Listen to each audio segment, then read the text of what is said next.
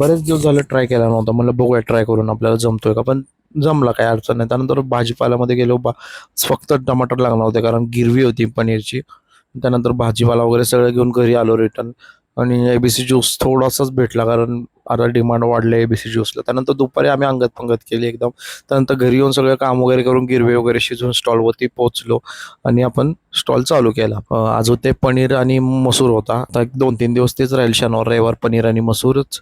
त्यानंतर मग काय आज कस्टमर वगैरे चालू होतं आणि आज मला काय शिकायला भेटलं की थोडाफार मित्रांसोबत वेळ घालवला पाहिजे. कारण काय होतंय, रोजच्या जीवनात धावपळ हे प्रत्येकाच्या मागं आहे. पण थोडासा विश्रांती, थोडीशी निवांत हे आपल्या मित्रांसोबत झालंच पाहिजे. आणि स्टॉल वगैरे बंद करून आज निघालो. आणि त्यानंतर मग स्टॉल बंद केला, सगळी आवरावरी केली आणि मग इराई कॅफेची जी व्हेज बिर्याणी होती ती खाल्ली. आज दिवस इथंच संपतोय. श्री स्वामी समर्थ. उद्या भेटूया पुढच्या ब्लॉगमध्ये.